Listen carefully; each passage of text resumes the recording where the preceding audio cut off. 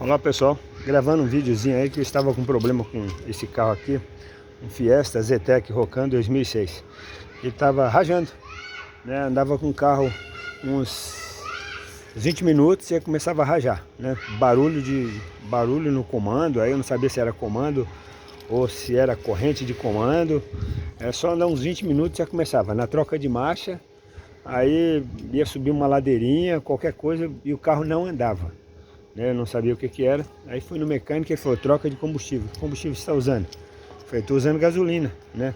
Aqui em São Paulo a gasolina, agora quando eu estou gravando esse vídeo, mês 2 de 2023, está na faixa de R$ 4,80 o litro, né? Está bem próximo do valor do álcool. Então economicamente estava viável. Mas e aí, coloquei agora o álcool e ele está rodando macio, normal, né? Parou de ratear. E eu não sabia o que era, estava preocupado. Achei que era corrente de comando e não é.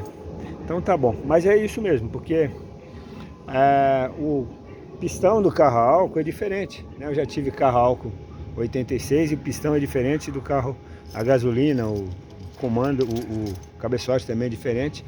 O que eles fazem é um mix aí. O carro quando está novo, tudo bem, né? Mas de repente já planeou o cabeçote. E aí dá esse problema aí de uma espécie de alta ignição. Aí começa a bater pino, como eles chamam, entendeu? E é isso aí, passando aí só para avisar que foi realmente só problema no combustível só, tá? Para quem roda com gasolina e não tem problema, tudo bem, mas no meu caso não se adaptou não.